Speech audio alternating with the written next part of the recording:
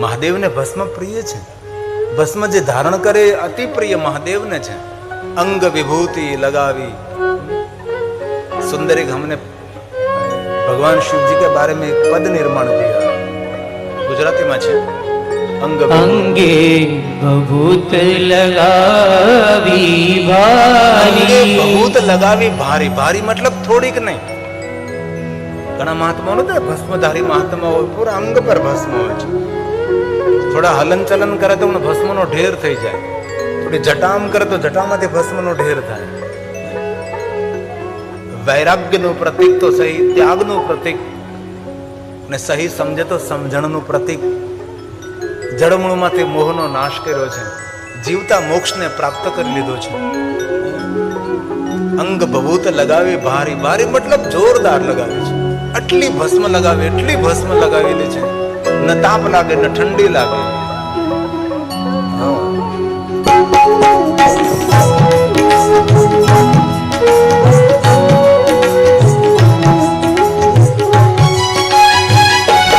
अंगे भभूत लगावी भारी। अंगे भभूत लगावी भारी। आप बैठा जो आसन वाली। आप बैठा जो आसन वाली। पीता भीषण प्याला भारी। पीता भीषण प्याला भारी। घोड़ा बैठा जो आसन वाली। घोड़ा बैठा जो आसन वाली।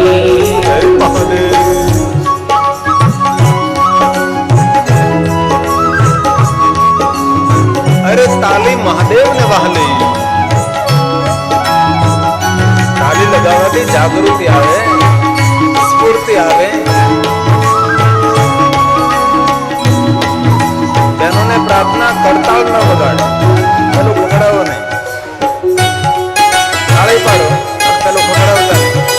કરતાલ નહીં વગાડે।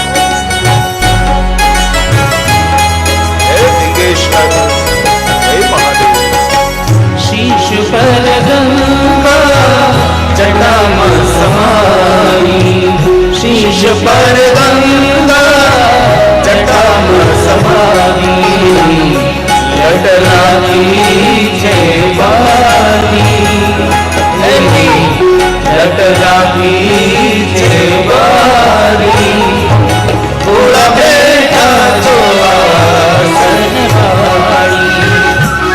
घोड़ा बैठा जो आसन वाली। अंगे भभूत लगावी भारी। अंगे भभूत लगावी भारी। घोड़ा बैठा जो आसन वाली। घोड़ा बैठा जो आसन वाली।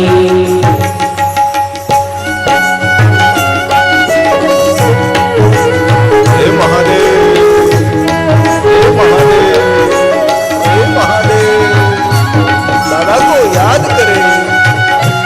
हे सर्वेश्वर, हे चंद्रेश्वर, हे सर्वेश्वर।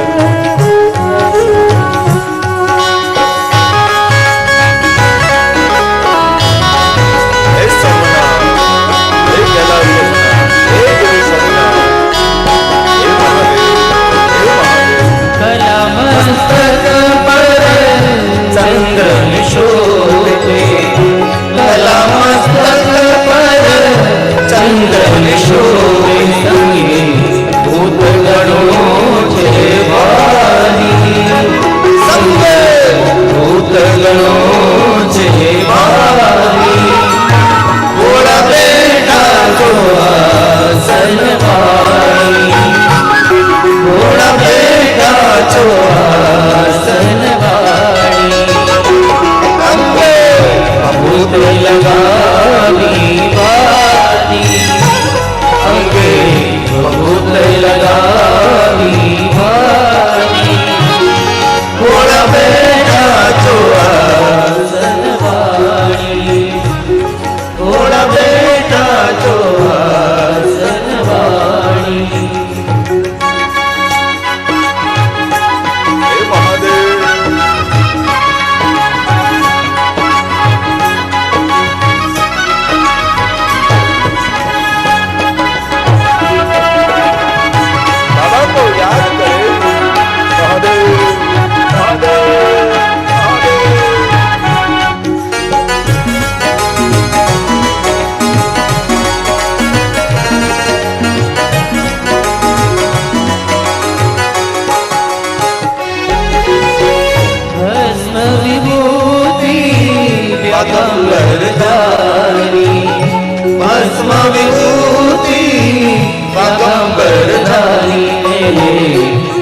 ગિરિજા જોઈ હરખાણી તેને ગિરિજા જોઈ હરખાણી ભોળા બેઠા તો આસનવાણી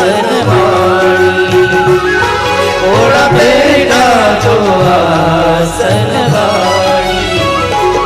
અંગે ભૂત લગાવી વારી અંગે ભૂત લગાવી વારી ભોળા બેઠા તો આસનવાણી ભોળા બેઠા તો આસનવાણી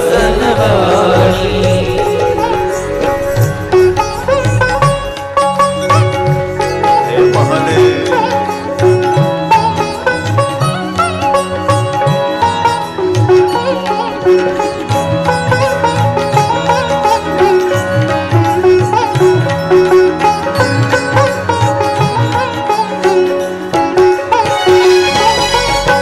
ગીરી કહે હું ગુણ શુગાઉં ગીરી કહે હું ગુણ શુગાઉં ભોળા તારી છે મહેરબાની ભોળા તારી છે મહેરબાની ભોળા બેઠા જો આસનવાણી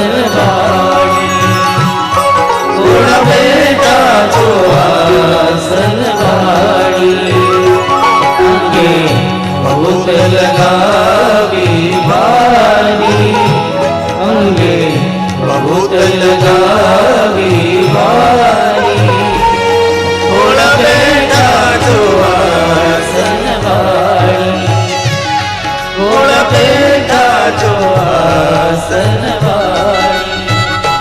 પીધા વિષના પ્યાલા વારી પીધા વિષના પ્યાલા વારી ભોળા બેઠા જો આસનવાણી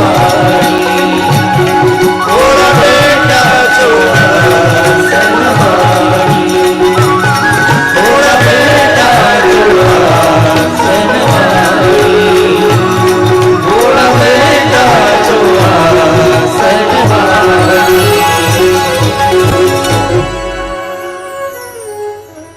ભગવાન વિષ્ણુજીએ કહ્યું કે નારદજી ભાલમાં ભસ્મનો ત્રિપુંડ કરજો, મન તમારું શાંત થશે.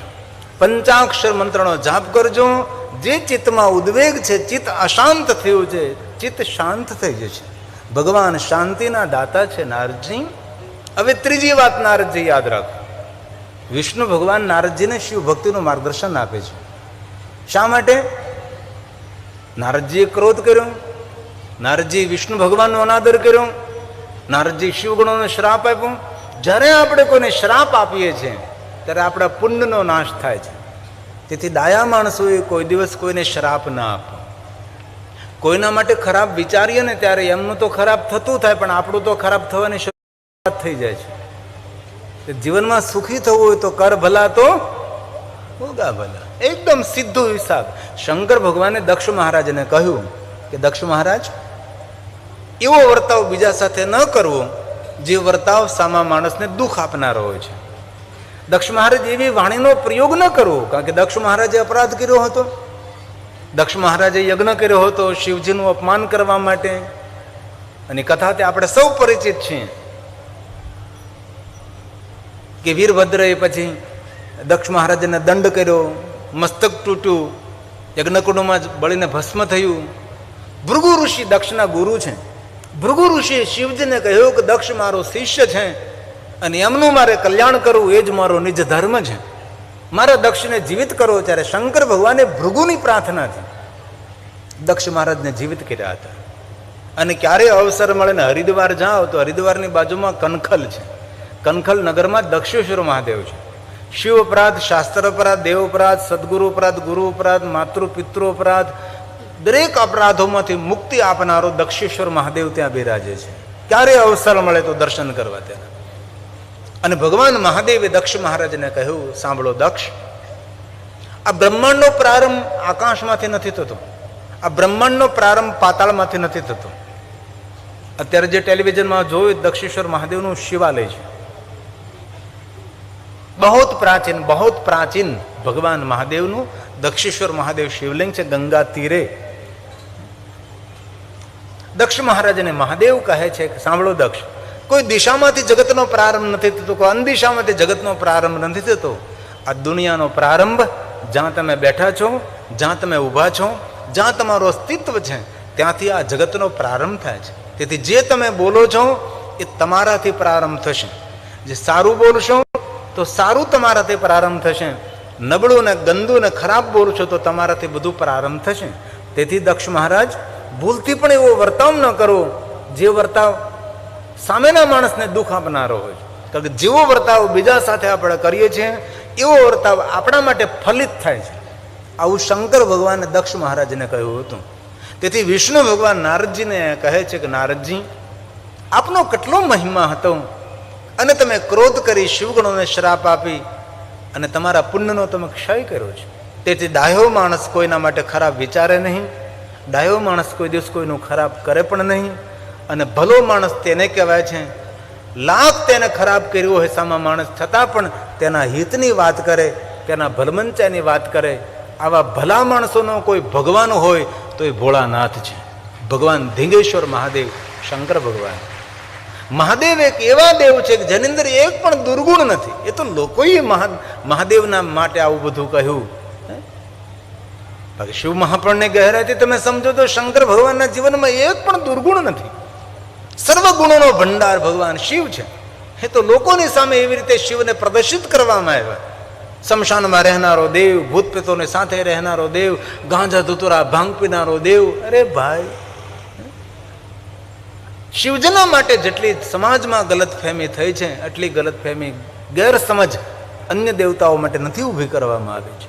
અહીંયા વિષ્ણુ ભગવાન નારદજીને કહે છે, નારદ, હવે ત્રીજી વાત તમે સાંભળો. મનને શાંત કરવા માટે શું કરવું?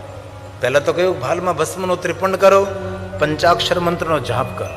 હવે ત્રીજી વાત વિષ્ણુ ભગવાન સ્વયં બોલે છે, સાંભળો નારદ. સર્વાંગેષુ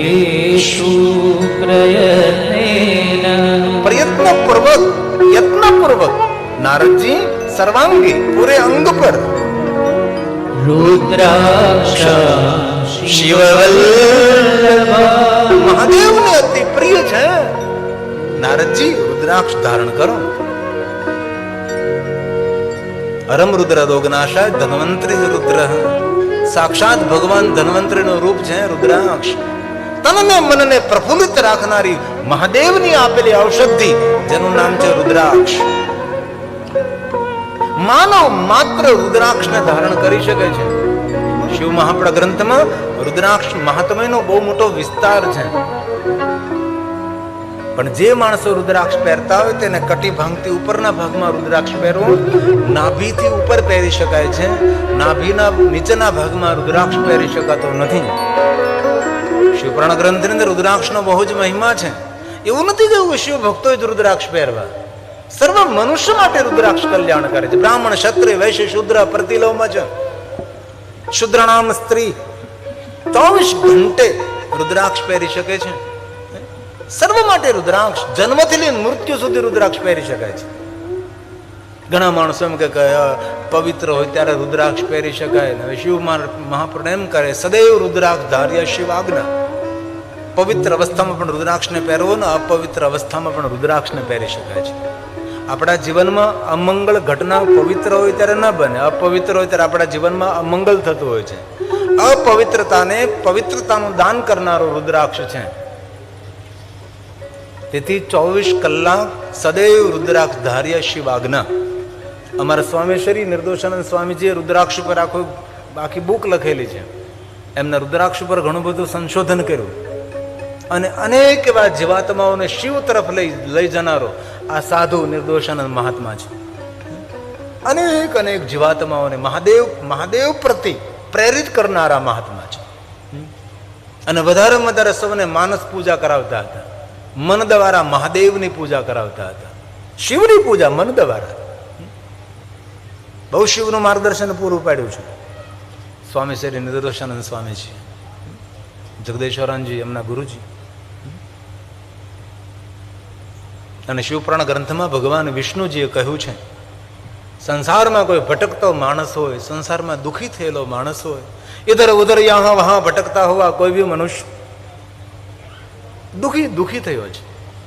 પણ સંસારમાં કોઈ ભટકતો માણસ હોય અને એ ભટકતા માણસને મહાદેવ તરફ લઈ જવો અને મહાદેવની ભક્તિનું તેને માર્ગદર્શન કરવું અને શિવજીના શિવાલય સુધી તેને પહોંચાડવું, એના જેવું એ કંઈ પુણ્ય નથી. કોઈ માણસને મહાદેવની ભક્તિ આપી. આ વિષ્ણુ ભગવાને શું કર્યું? નારદજીને મહાદેવની ભક્તિ આપી છે કે નારદજી તમે મહાદેવની ઉપાસના કરો, તમારું મન શાંત થશે, તમારું ચિત્ત શાંત થશે, તમારું સર્વ રીતે મંગલ થશે, તમે શિવ ઉપાસના કરો નારદજી. ભગવાન વિષ્ણુજી નારદજીને રુદ્રાક્ષ પહેરવાનું કહે છે. તેથી ભાઈઓ બહેનો વડીલો દરેકે રુદ્રાક્ષ પહેરવો જોઈએ. શિવપુરાણ ગ્રંથમાં 1 થી લઈને 14 મુખ સુધીનું વર્ણન છે. દેવી પુરાણમાં 1 થી લઈને 21 મુખી સુધીનું વર્ણન છે. પછી બજારમાં 108 મુખી મળે, એવું બધું મળતું હોય છે. માણસ એક મુખી રુદ્રાક્ષ પહેરતો પણ પોતે પાછું 2 મુખી હોય. અહીંયા આવું બોલે, સામે બીજું બોલે. તેથી દરેકે રુદ્રાક્ષ પહેરવું. અમારા સ્વામીશ્રી નિર્દોષાનંદજી કહેતા હતા કે દરેક માણસે રુદ્રાક્ષ ધારણ કરવો. અને બહેનો માટે કહેતા હતા કે જે બહેનો મંગલસૂત્ર સાથે રુદ્રાક્ષને ધારણ કરે છે એ બહેનોને મંગલસૂત્ર કોઈ દી ગળામાંથી કાઢવું ના પડે, એનું અખંડ સૌભાગ્ય રહે છે. શિવપુરાણ ગ્રંથમાં તો બહુ વિસ્તૃત રુદ્રાક્ષ માટે કહ્યું છે. અને દાદા દાદીએ રુદ્રાક્ષ પહેર્યો હોય, દાદા દાદીનું શરીર શાંત થાય તો બધું તેના શરીર ઉપરથી લઈ લેવું, પણ રુદ્રાક્ષની માળા દાદાને પહેરી રાખવા દેવી. રુદ્રાક્ષની માળા સાથે તેને અંતિમ યાત્રા કરાવવી. અમારા દસનામની અંદર અમારો દસનામ કોઈ કૈલાસવાસ થાય અને એમને સમાધિ આપવાની હોય અને જો તેને રુદ્રાક્ષ ન પહેર્યો હોય તો તેને વિશેષ કરીને રુદ્રાક્ષ પહેરાવવામાં આવે અને પછી તેને સમાધિ દેવામાં આવે. તો કોઈ પણ મનુષ્ય રુદ્રાક્ષની માળા પહેરે ને એમનું જો દેવગમન થાય, રુદ્રાક્ષની માળા સાથે તેને સ્મશાન યાત્રા કરાવો.